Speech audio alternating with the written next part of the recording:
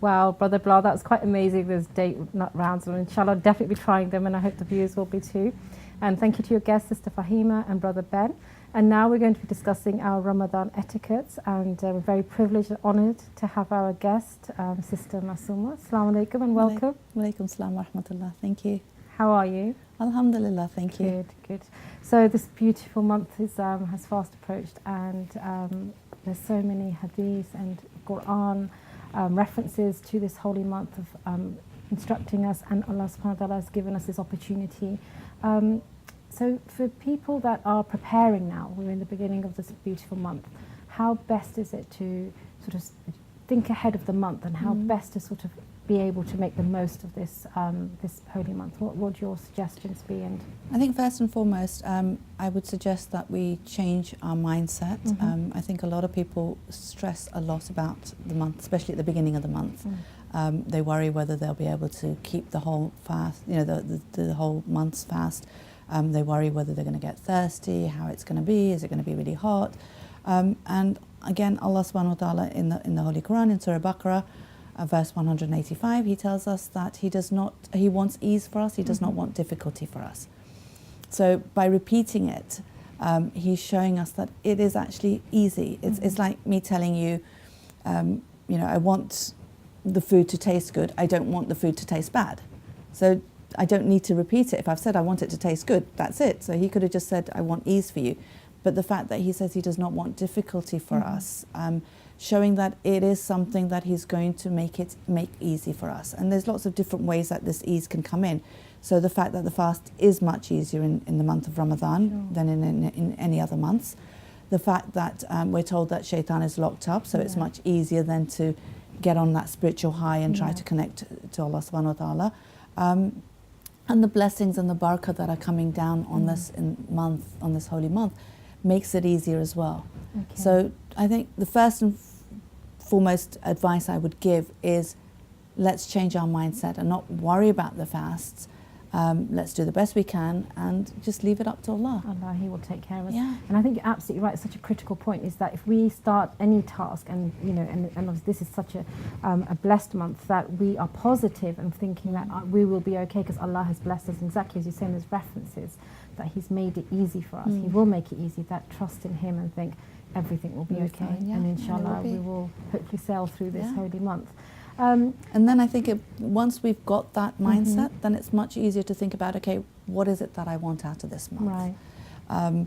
And again, when we're thinking about what we want, we should be looking at what the month is there for. What should the outcome be? Yeah. So it's not about me losing weight, it's not about me getting healthier, it's all of these are benefits, but that's not the purpose. No. The purpose is, like Allah says in, again, Surah Baqarah, verse 183, He says, لَعَلَّكُمْ تَتَّقُونَ, so that you may get taqwa. Again, it's not that I'm going to fast and I'm going to get it. It's not a certainty. It's not that, right. It's, you know, if I do it correctly, with the right mindset, not just staying hungry and thirsty, but actually fasting with my whole body, then inshallah I will get taqwa. So that effort that you put in, then Allah will reward that. So it's like reaching out with your hand and Allah will.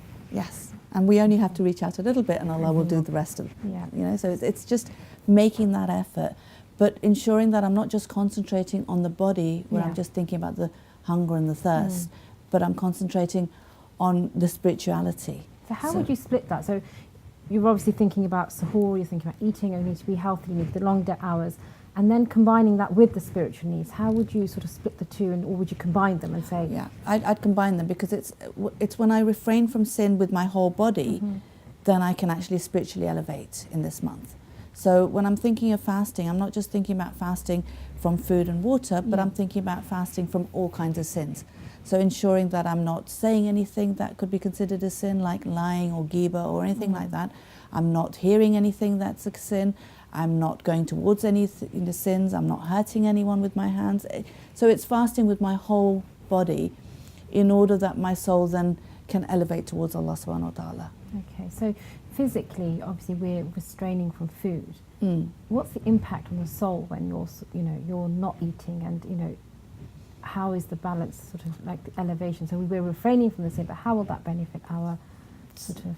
Well, if you think of us as being made up of two aspects, so we've got the physical body and the spiritual soul. Okay, Now, because we live in the physical world, we're constantly thinking of our physical body because that's the one that we connect to. The desires, the needs. Exactly. So our physical body is constantly telling us, I'm hungry, I'm thirsty, I'm tired, and we're fulfilling the needs of the physical body. Whereas the soul is the thing that is who I am. The soul is who is going to continue to the next realm. The physical body will be left behind.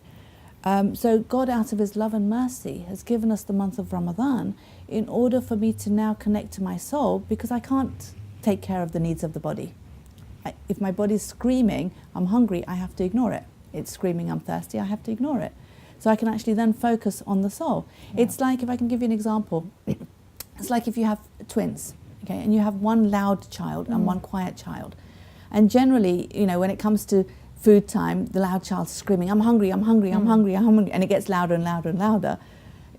Although you want to feed the quiet child, because all you can hear is the loud child, you're going to feed the loud child. And the loud child will play up, and it'll take you a long time. By the time you've got the loud child fed, you haven't got any time or energy for the quiet child. So you'll do the bare minimum. Now, imagine if I came along and I said to you, okay, let me take the loud child away for a day and just leave you with the quiet child. So you get time to actually spend with the quiet child. You feed it, you talk to him, and you realize the potential this quiet child has. So when I bring the loud child back, now you are driven to actually spend time with the quiet child because you've seen the potential. Same sort of principle. God makes us forget our loud body that's constantly screaming, so that we can actually concentrate on the soul and see the potential of our own souls. So that after the month is over and the body comes back, where we now are taking care of the body the whole day as well, we will still concentrate on the soul because we've seen the potential of our soul. Absolutely. And it's really beautiful how He does it. It's such a subtle way, but it really helps me connect to my soul. And the more I connect to my soul, the more stronger my soul gets. And the body may be getting weaker, but the soul is getting stronger and stronger. That light is shining on that soul, isn't it? And it's elevating.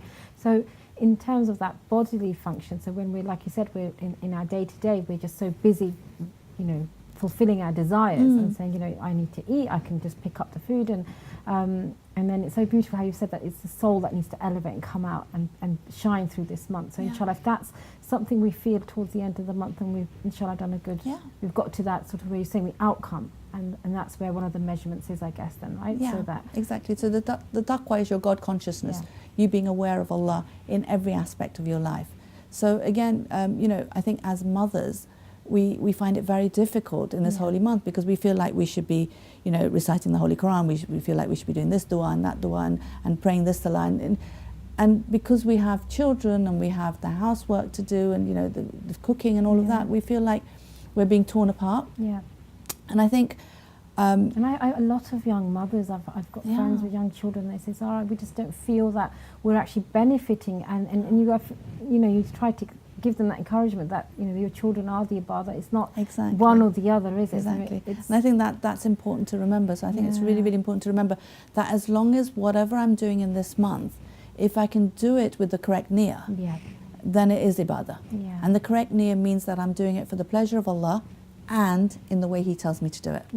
So both have to go hand in hand. It's not just doing it for His pleasure, but doing it in the way He tells me to do it. Beautiful, absolutely. So even when I'm taking care of my children, if I'm taking care of my children for the pleasure of Allah, and I'm doing it in the way He wants me to do it, then that is ibadah as well.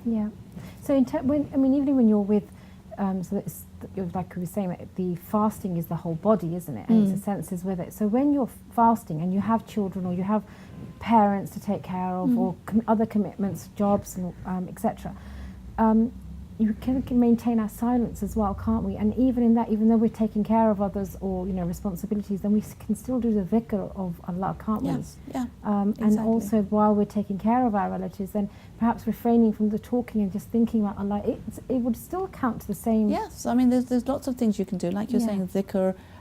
Again, fasting helps you be more God conscious because as you feel the hunger, you remind yourself, why are you hungry?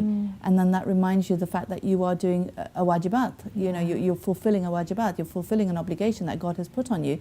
So it reminds you of God in wherever you are, whatever you're doing. Yeah. And that reminder in itself is dhikr. So, you know, it's beautiful, again, that we don't necessarily have to be on the you know, the musalla. You don't have to be on the prayer mat. Yeah. You can be doing ibadah in all aspects of your life. Because, okay, we're talking about mothers, but then again, the fathers have to go out to work. Yes. And they're working the whole day. So again, how do they then, you know, make sure that they're getting the most of my Ramadan? It's just being aware of Allah, being that, you know, having that God consciousness, whether it is from, you know, saying dhikr all the time, or just thinking about Allah, thinking about what I want out of this month, thinking about, I think a lot of self-reflection should happen in this month. You know, I should be thinking about where I am, where I should be, and how do I get from where I am to where I should be. Okay. So in terms of, so somebody who's starting this month, what tips would you give, because we're coming towards the end of the of this morning, how would you say what would they start, key points that you think? Okay, good so maybe I can bring in the hadith of Imam Rida alayhi salam, where he says, where he talks about the month, and he says, first and foremost, forgiveness. Right. Okay, so ensure that you gain the forgiveness that is available here. Yeah. And again, there's no point asking for a general forgiveness. You need to be very specific. So self-reflection is really, really important. Excellent. Where I'm actually thinking about what I'm asking for forgiveness for, ensuring that I'm not going to go down that road again, make sure that I don't commit those sins again. So that's a sincere forgiveness. So you say forgiveness from Allah, and then how about each other? Yeah, so it's righting the wrong. Right. So even when I've hurt someone else, Yeah. First and foremost, I need to ask God's forgiveness, because it's His creation that I've hurt, it's His laws that I've gone against. Yeah. And then ensuring that I go and ask the forgiveness of the person who I've hurt. If there is a qaza on me, like if I haven't been praying fajr, or if I haven't done something, then again, righting that wrong. If there is a wajibat that I'm not doing, for example, if I'm not wearing hijab, this is the month where I can change. Yeah. You know, this is the fact that God has given me this month to self-reflect. It's a beautiful opportunity to better myself, to ensure that I'm, you know, not only am I asking for forgiveness, but I'm moving past that wrong that I've done. The other thing Imam Rida alayhi salam says is that do not enter this month with hatred towards another mu'min. So ensuring that I've sorted out my relationships, you know, that sila ram, that concept of family, my community. There should not be another mu'min that I hate. Yeah. I may dislike actions of another mu'min, but I cannot hate another mu'min. That's really, really important. So there's a lot of concept of the ummah, concept of, you know, like Togetherness. togetherness, Unity, exactly, yeah. So, you know, breaking the fast together, inviting people to your homes, going to the mosque together. I mean, we're lucky, we're fortunate, most of us, where we live in communities, and those people who don't have a community, would you say even inviting a neighbour who's not a Muslim, would that be a good way for them to share Yes, their of course, experience? Again, not only would you be, because we're all God's creation, so, you know, not only are you sort of sharing, you know, your food with someone else, though you've been fasting the whole day, but that would be amazing tabligh, amazing da'wah, you know, where you're actually showing the other person the akhlaq of another of a Muslim. Yeah, this is how we're meant to behave. Yeah. So yeah, it would be beautiful. And so for, you said forgiveness, writing a self-reflection, building a community, unity. What else would you say? Preparing for the big nights. I think, you know, before we know it, the you know, Laylatul Qadr comes along and we're not prepared. So actually thinking about what I want from Laylatul Qadr, looking at the amals from beforehand. So the 3 surahs that we're recommended to recite, Surah Rum, Surah Ankabut, Surah Dukhan, actually looking at them. Surah Qadr, again, looking at the whole of Surah Qadr, looking at the tafsir of Surah Qadr to actually understand Laylatul Qadr a little bit deeper. Looking at the du'as, you know, we have like amazing du'as which are recommended throughout the whole month, but specifically on Laylatul Qadr as well. So it's really, really important that I understand du'as. Again, there's no point reciting a du'a in Arabic when I don't understand what I'm saying. So it's really important that I understand what because du'a is when you're asking Allah for something. It's not like Quran. Quran should be recited in Arabic, whereas a du'a should be understood. So touch even your heart, and if you're asking God for something and He gives it to you, and you don't know what you've asked Him for, you won't even know you've got it. Which it makes no sense to actually recite a dua like a tick box exercise where you're just reciting it but you have no idea what you're saying. So either ensure that I know the translation of it. So when I'm reciting the Arabic, I know obviously the words are from the A'imah, so they're beautiful words. So it's better to recite it in Arabic. Yeah. But I need to know what I'm asking for. Yeah. So actually looking at the translations from beforehand, you know, the Dua Makarim al-Akhlaq, which actually is, I think, the roadway and how to become a Muslim, a Shia. You know, it explains it so beautifully. Dua Tawbah, again, how to, you know, that concept. There are so many, you know, Dua Joshana Kabir, again, you know, invoking God through all his different names. There are so many different duas, and the Dua Iftatah that we're reciting every single night, and all the small duas. It's important to know the translation of these. So even if you've got time just for that one dua, and it's small, but understanding and asking from your heart, it's a place to start for those that are very busy lives. Yeah, exactly. It's just literally ensuring that, you know, I take 10 minutes out of my day and knowing what I want to do in that 10 minutes. I think it's about organizing myself. Definitely. A lot of the times it's like, you know, we come home and we're tired, and then we, you know, we go to mosque every night maybe, or, you know, we're busy sort of waiting for iftar time, and then, you know, suhoor time, and it just goes passes. quickly. Exactly. It does, So I think it's just organizing myself, and I'm not, you know, it doesn't have to be hours and hours, even 10 minutes of just, okay, today I'm going to look at this dua. Wow, that's just so brilliant and beautiful advice, and inshallah we will all benefit, and please do keep us in your du'as. Inshallah, you too, please. And thank you so much. Inshallah we'll benefit more in future programs. And right now we have QT Abbas, and he's going to give us daily hadith, and thereafter we have fiqh questions answered.